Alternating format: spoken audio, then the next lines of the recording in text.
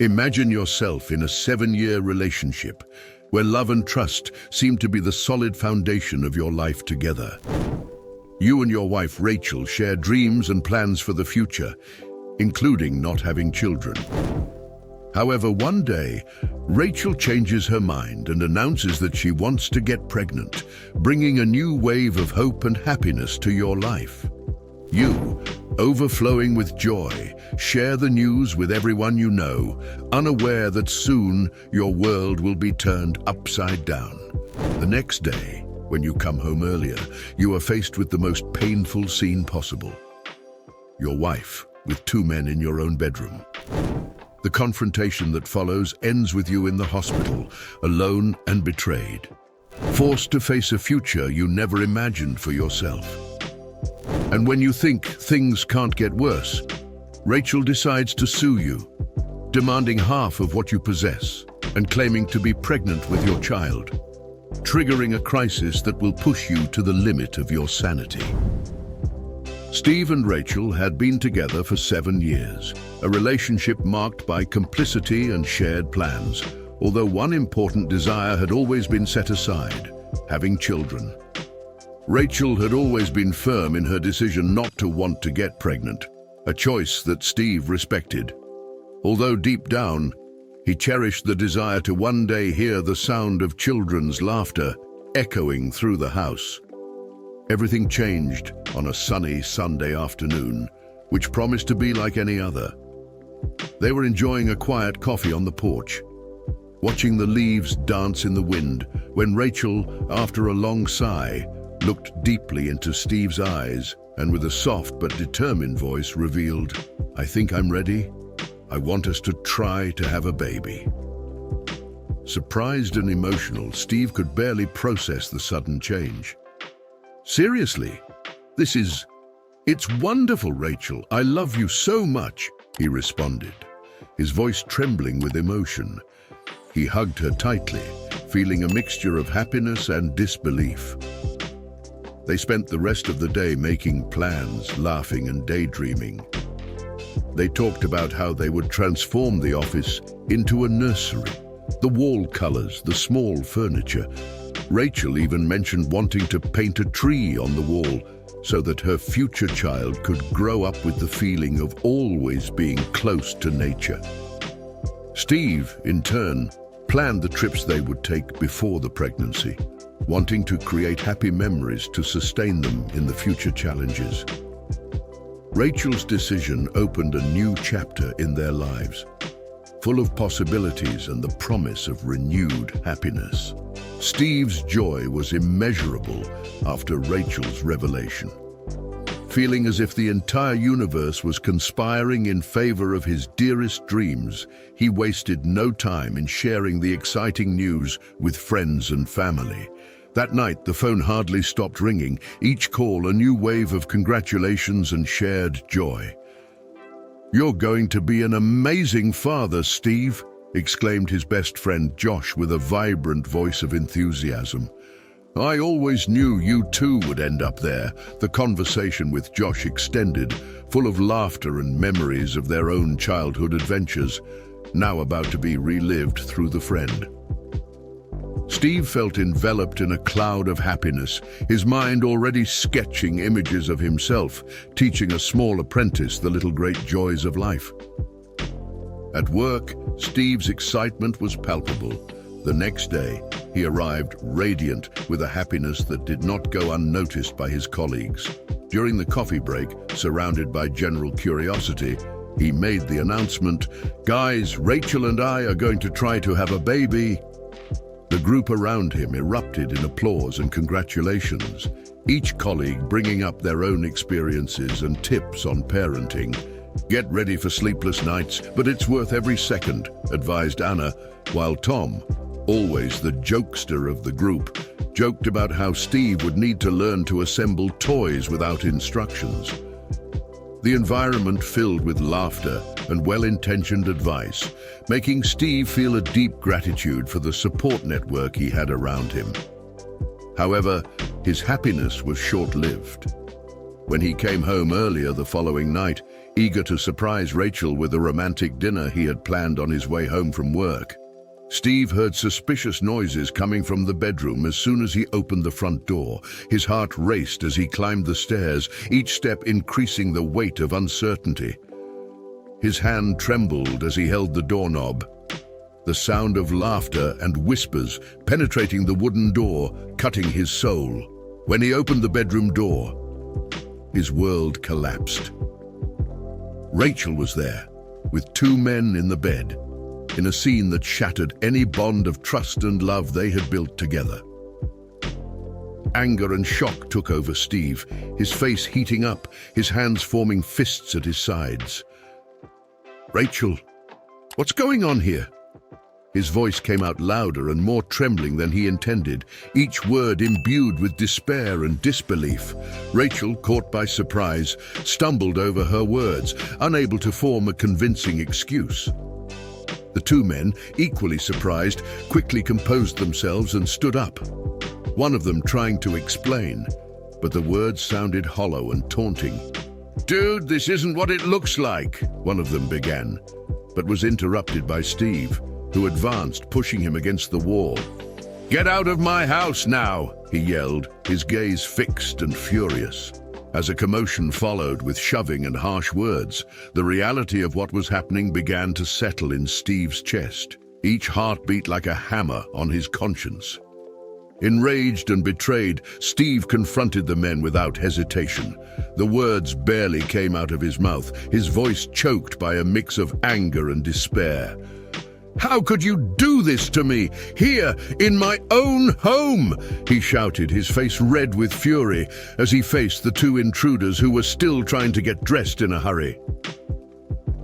A physical confrontation quickly followed, where, outnumbered, Steve ended up being brutally beaten. The punches and shoves were disorderly, a chaos of movements that reflected the emotional turmoil Steve was experiencing. "You're going to regret this." He managed to spit at one of the men, even as he took a blow that knocked him to the ground. The men, seeing the situation spiraling out of control, decided to flee before things got worse, leaving Steve lying down alone and injured. He tried to get up, but the pain was intense, and his body did not respond. Tears of pain and despair began to stream down his face as he lay on the cold floor of his room, the place that had once been a sanctuary of love and security, now transformed into the scene of a devastating betrayal. Rachel, in shock, could only watch from afar, unable to move or say anything that could remedy the situation. The betrayal was not only physical but emotional, cutting deeper than any physical wound could. In the hospital, Steve woke up surrounded by tubes and monitors, his heart heavy not only from the physical trauma, but also from the devastating emotional one. He looked around, trying to comprehend the reality of being alone in a hospital bed, a stark contrast to the life he had imagined having just hours before. Rachel was not there, and in his chest, a sense of abandonment mixed with physical pain. As the nurse adjusted the medication, Steve tried to process the events, each mental replay of the betrayal filling him with a mix of anger and desolation. "How could she do this to me?" he murmured to himself, his voice a hoarse whisper. A doctor approached, a concerned expression on his face as he checked the charts at the foot of the bed. "Mr. Steve, you've sustained some serious injuries, but you'll recover. We need to keep you under observation for a little while longer," he explained calmly, trying to convey some reassurance. Steve just nodded, his thoughts still swirling around Rachel and the betrayal. The doctor, sensing Steve's emotional turmoil, gently suggested, "Perhaps talking to a counselor could help you process all of this." Steve considered the idea, grateful for the concern, but his heart was still too heavy to think about healing. "I just wish none of this had happened," he confessed, looking out the window where the rain was starting to fall softly, as if the outside world shared his sadness. As Steve recovered in the hospital, His mind was in a whirlwind of emotions and unanswered questions. Why did she change her mind about having a child? Was it just a distraction for her true behaviors? He reflected, each thought more anguishing than the last. The void left by Rachel was palpable, as if each visit to the hospital brought with it a reminder of what he had lost.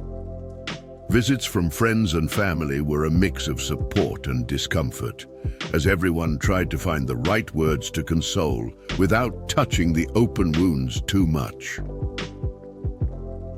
On a particularly difficult afternoon, his brother Michael came to visit him. Sitting by the bed, Michael held Steve's hand, a simple gesture but one filled with brotherly love. "I know there's nothing I can say that will make this go away, but I'm here for you, no matter what you need," Michael said, his voice firm but gentle. Steve felt a tightness in his heart, grateful to have at least one person he could trust completely. They spent hours talking, Michael listening more than speaking, allowing Steve to express his pain and frustration without judgment. The weeks of recovery were marked by emotional highs and lows. Each small physical progress was a reminder of the deeper scars that remained invisible to the eye. Steve began to accept that the path to healing would be long and at times lonely. He then decided to accept the doctor's suggestion to seek professional help. The first therapy session was scheduled for the following week, a hesitant but necessary step to begin rebuilding his emotional life. After a few days, he decided to confront Rachel. She came to the hospital with teary eyes, an expression of remorse that Steve couldn't decipher whether it was sincere or just another manipulation. Trying to contain the tremor in her voice, she began to explain, "Steve, I never wanted this to happen. It was a moment of weakness. I don't know what came over me."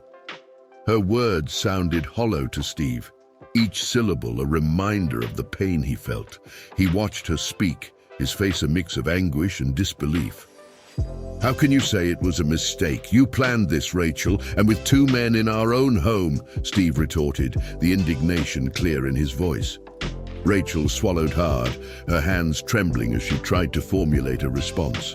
"I was confused. I thought I wanted something different, but I was wrong," she tried to justify.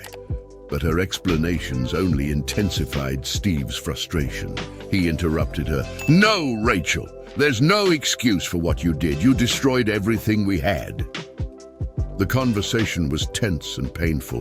Rachel tried to approach and touch his hand, but Steve recoiled, his expression hardening.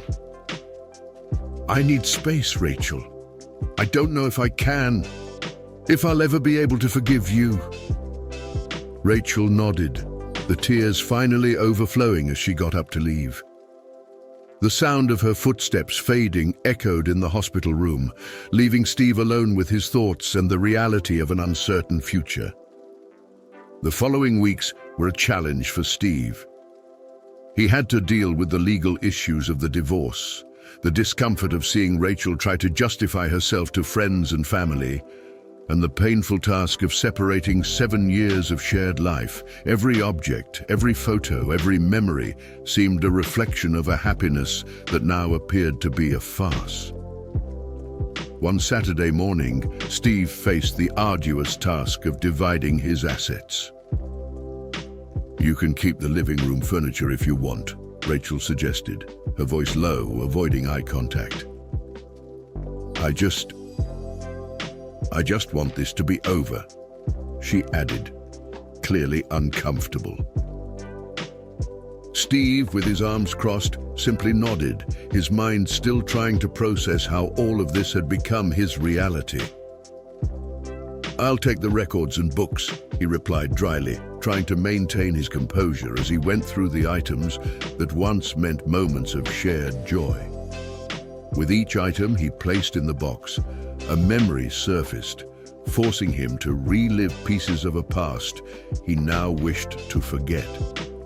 In a particularly difficult moment, he held the frame of a photo of them on a trip to Paris, their bright smiles under the Eiffel Tower. For a moment, he hesitated, the pain of the loss hitting him with renewed force. With a heavy sigh, he set the photo aside, deciding he was not ready to decide its fate. "Let's finish this another day," he murmured, more to himself than to Rachel, who simply nodded, understanding the depth of the pain they both shared. When he finally returned home, Steve found the silence of his large and empty house almost unbearable. The plans for a future with children, a happy and united family, were now just echoes of a past desire. He slowly walked through the rooms, each one echoing memories of a happier time, the ghostly laughter of a future that would never come. In an attempt to distract himself, he tried to immerse himself in his old hobbies. But with each attempt, the loneliness weighed heavier. The guitar in the corner no longer brought him joy, only served as a reminder of the songs he played for Rachel. On a quiet night, Steve sat on the couch, staring at the turned-off television. The walls seemed to close in on him, the silence amplified by the absence of Rachel's presence. "Maybe it's time to change everything around here," he murmured to himself, considering the idea of renovating the house to forget the memories that hurt so much. He began to plan changes, think about repainting the walls, replacing furniture, transforming the space he once shared with the person he thought was his great love. The nights were the hardest. Lying in the bed he once shared with Rachel, Steve tossed and turned, fighting insomnia and thoughts that insisted on bringing Rachel back to his mind. He knew the road to emotional recovery would be long and lonely.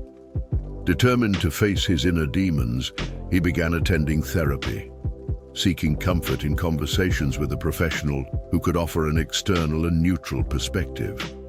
In each session, he would vent, unravel the knots of his pain, and slowly begin to see a path forward. Gradually, Steve tried to resume his routine, focusing on his work and redefining his personal goals. The office where he spent his hours became a refuge, a place where he could immerse himself in projects and temporarily forget the sorrows of the heart. On a particularly productive morning, he presented a proposal that was enthusiastically received by his colleagues. "Great work, Steve. This will really take our project to the next level," praised his boss, giving him a nod of approval. These small professional successes were a balm for his wounded soul, reminding him that despite everything, he could still achieve significant accomplishments. However, social life was more complicated. Steve felt disconnected from his friends, especially those who shared memories of happier times with Rachel. In an attempt to overcome this, he began attending new groups, such as a book club and a hiking group. "It's good to see you joining us, Steve," commented a new acquaintance, Clara, during a morning hike.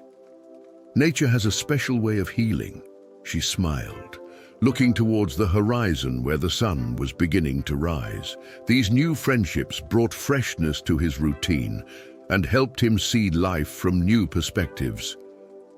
Internally, Steve knew that the trauma of the betrayal had left deep scars that altered his way of seeing relationships and trust. As he opened up during therapy sessions, he discussed his fear of trusting again, his therapist gently guiding him through the complex paths of emotional recovery. "It's a process, Steve, and it's okay to be slow," the therapist advised. Steve knew that it would take time, perhaps one day, to open himself up to love again, but for now, he needed to learn to be well with himself, to rebuild his life and his identity away from the shadow of betrayal. Over time, Steve began to feel that he was moving forward, rebuilding his life months after the devastating incident. He found some comfort in new routines and old passions that helped him forget the pain. However, this fragile recovery was abruptly interrupted by a shocking news. One day, while checking his mail, Steve found a legal notification.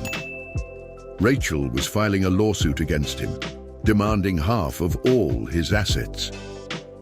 Even more alarming, the document mentioned that Rachel was pregnant and claimed that Steve was the father.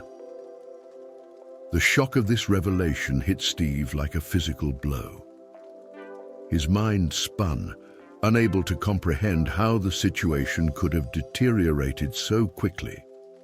The idea that Rachel, the woman he once loved and trusted, could manipulate him in this way during such a vulnerable moment was too much for him to bear.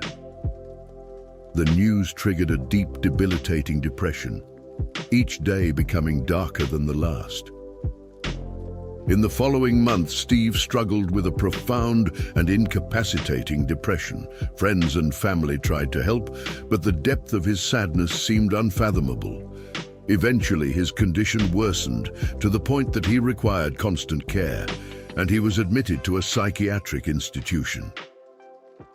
There, surrounded by walls that seemed as cold and impersonal as his darkest days, Steve lost touch with reality. He spent his days staring into nothingness, his mind lost in a haze of confusion and despair. Steve never got to know his son, his condition leaving him incapable of recognizing or forming any connection with the outside world. He remained in the institution for the rest of his life, a broken man whose story was a tragic reminder of the brutal turns life can take. He died as he lived his final years, alone, forgotten, a shadow of the man he once was. And you, what would you do if you were in Steve's shoes? How would you deal with the unexpected pregnancy revelation and a lawsuit demanding half of everything you own? Would it be possible to find the strength to move forward, or would the situation push you to the limit as it did with Steve? Leave your comment below and share how you would react to these decisive moments. Don't forget to like and subscribe to the channel to keep up with more stories like this. I'll see you in a new story.